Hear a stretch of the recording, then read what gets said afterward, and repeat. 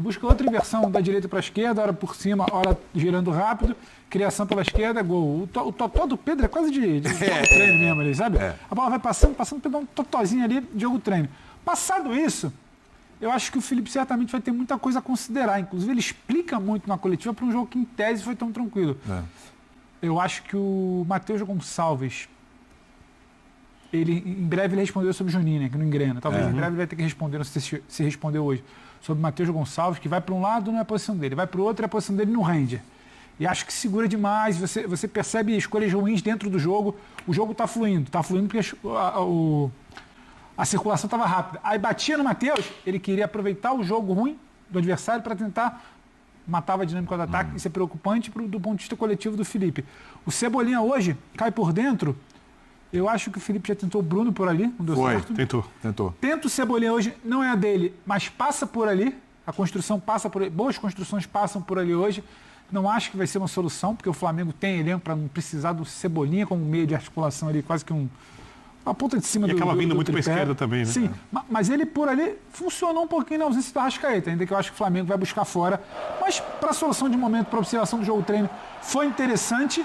Agora, foi jogo treino até demais do ponto de vista defensivo.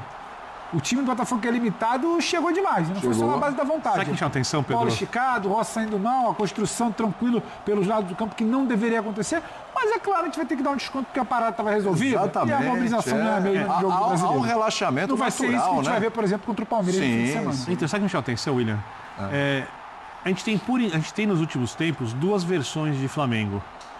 Quando o Flamengo acerta essa marcação alta e por um bom tempo, na primeira parte do jogo, o Flamengo conseguiu fazê-la muito bem, ele esmaga o adversário. No caso hoje, o jogo acontecia ali no último terço do campo, terço ataque do Flamengo. E o Flamengo recuperava a bola ali com facilidade, o Botafogo não conseguia nem dar um chutão para frente, tinha pouco espaço. E quando dava o chutão, a bola era com muita facilidade dos defensores do Flamengo, dos jogadores mais recuados.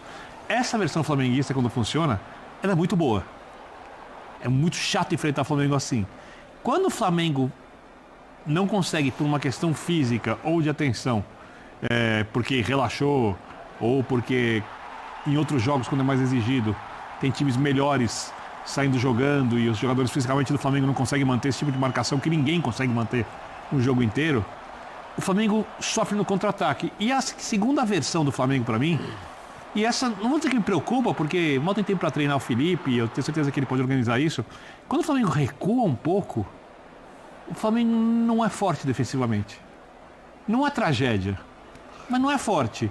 E você olha um time que nem o Pedro falou agora, por exemplo, com o Everton, né, com jogadores rápidos na frente. Você é um time que você pode usar o contra-ataque e ser letal. Sim. Se o Flamengo conseguisse trabalhar para ser nas duas fases do jogo, não precisa ser um time de tanta posse de bola, tá? Posse de bola é bom você controlar o jogo, você descansar o time com a bola, mas se o Flamengo conseguir, quando joga mais atrás, ter um contra-ataque muito forte, para ele alternar pressão muito alta, e aí esmaga o adversário e marca muito forte atrás com um contra-ataque forte, esse time do Flamengo vai ser muito dificilmente vai ser vencido. Só que me parece que essa segunda ideia possível, o Felipe só vai usar meio a contragosto, em certas circunstâncias, se perder um jogador e precisar recuar um pouco. Me parece que ele não gosta muito dessa ideia de ser um time plenamente reativo em alguns momentos do jogo. Né? Um time com dois extremos, muito agressivo ou muito reativo. Mas não era o caso para hoje, né, Biner? Vamos falar a verdade. Mas eu não estou pensando só em hoje. Então, mas assim, a verdade é... Pensei no jogo com o Botafogo também. Acho que assim, jogar avaliação tática de um jogo como o de hoje não cabe muito num jogo como esse, num calendário como o nosso. Pela facilidade que o jogo... É isso. Né, 4 minutos do segundo tempo estava 4-1. Então, exato. 7 minutos estava 3-0 no agregado. É um jogo contra um time da Série C. Eu acho que assim, não dá para exigir nada e nem devemos exigir nada de um time nessa condição, num calendário como o que a gente tem. A grande notícia para o Flamengo é uma só.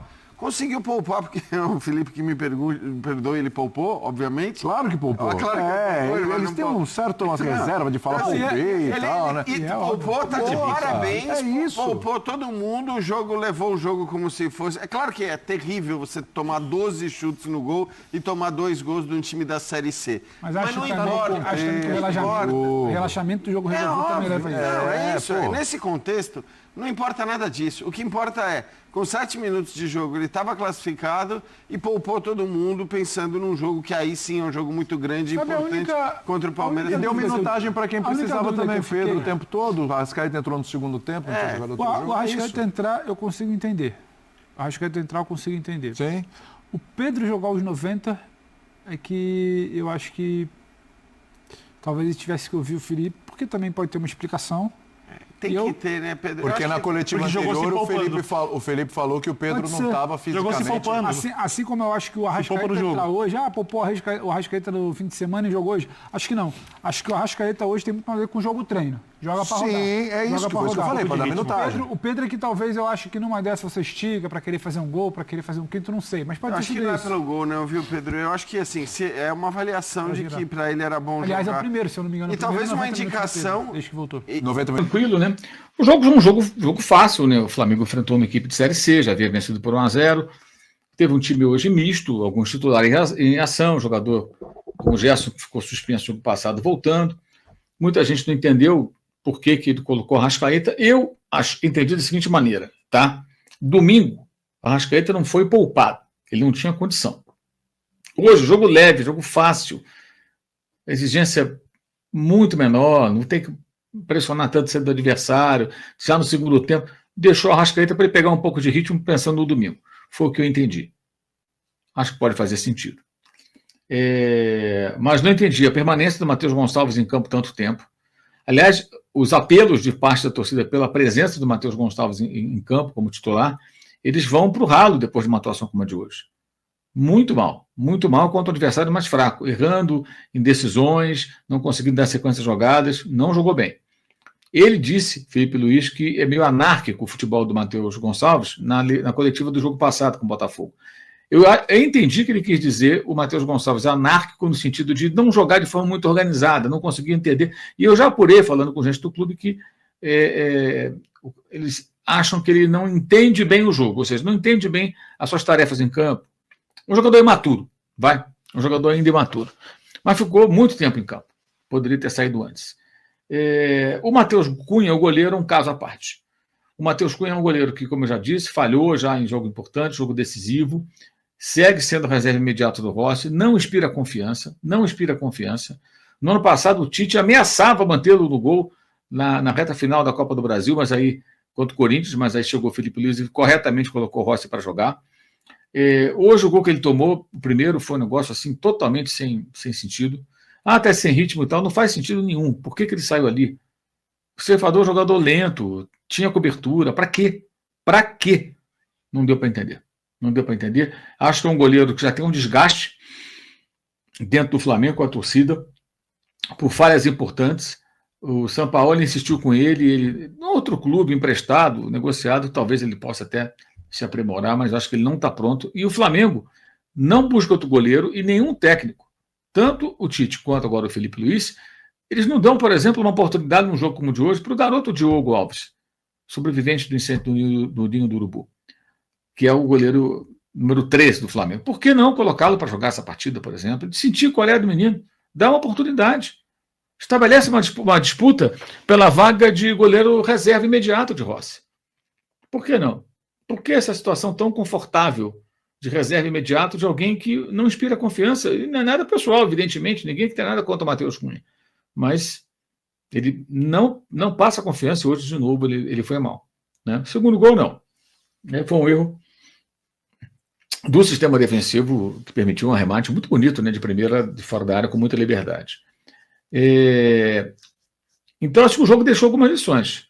A bronca do Danilo saindo de campo, também reclamando pela maneira como o Flamengo tomou aquele gol, foi muito pertinente, muito oportuna aquela reclamação do jogador. Ele se colocando, também se cobrando, né, porque ele faz parte do sistema defensivo, eles erraram. Não só o goleiro Matheus Cunha errou, o sistema defensivo falhou. Então eu entendo que foi um jogo que deixou algumas lições. Um goleiro como o Matheus Cunha num jogo, se o Rossi tem uma dor de barriga domingo ele vai jogar, meu Deus, é um problema. É um problema. Gostei da entrada do Lohan também, como disse o Felipe Luiz, deu uma cabeçada perigosa. É um jogador que tem que ser tratado com muito cuidado. Eu escrevi na rede social hoje mais cedo sobre um jogador que me chama a atenção. Vou até compartilhar com vocês aqui a minha postagem hoje na rede social. Durante o jogo eu fiz essa postagem, intervalo do jogo. Eu vou colocar aqui para vocês aqui. Escrevi lá no X e está aqui, olha. Perguntei a uma fonte rubro-negra porque Ryan Lucas, que é volante, jogador técnico, de boa imposição física, jogador interessante, sobrevivente também do incêndio trágico de 8 de fevereiro de 2019. Nem relacionado costuma ser, mesmo com tantos desfalques no meio-campo. A resposta, 2 pontos dessa fonte. Tem perfil diferente do que Felipe Luiz gosta, seria um bom jogador para outras formas de jogar. Aí eu questiono, o rapaz tem 20 anos, não pode ser aprimorado, aprender a executar o que o técnico deseja? Já Everton Araújo, mesmo errando com frequência, parece ter o perfil que o treinador gosta, né? Porque ele continua jogando, é um jogador esforçado, tecnicamente inferior, e comete alguns erros importantes. Hoje, gente, nesse jogo contra o Botafogo da Paraíba, vocês devem se lembrar que aos 9 minutos aproximadamente do segundo tempo, ele errou um passe simples, saiu jogando errado, como já aconteceu em outros jogos, inclusive um erro dele gerou um gol ano passado, do Felipe Coutinho empatando um jogo entre Flamengo e Vasco, por exemplo, e proporcionou uma jogada de ataque ao adversário, e o Thalisson, jogador do Botafogo, acertou a trave esquerda do goleiro Matheus Cunha. E eu pergunto, e se fosse um jogo equilibrado? Pois é isso. Toda a atuação do Everton Araújo pode ficar comprometida por conta desse tipo de falha, desse tipo de erro. E ele está sempre no time. E o Ryan Lucas não tem oportunidade. Ok, um direito do técnico pensar assim, mas não tem oportunidade e, ao mesmo tempo, é um jogador que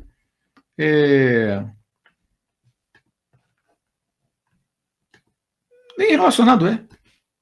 Difícil de entender, né?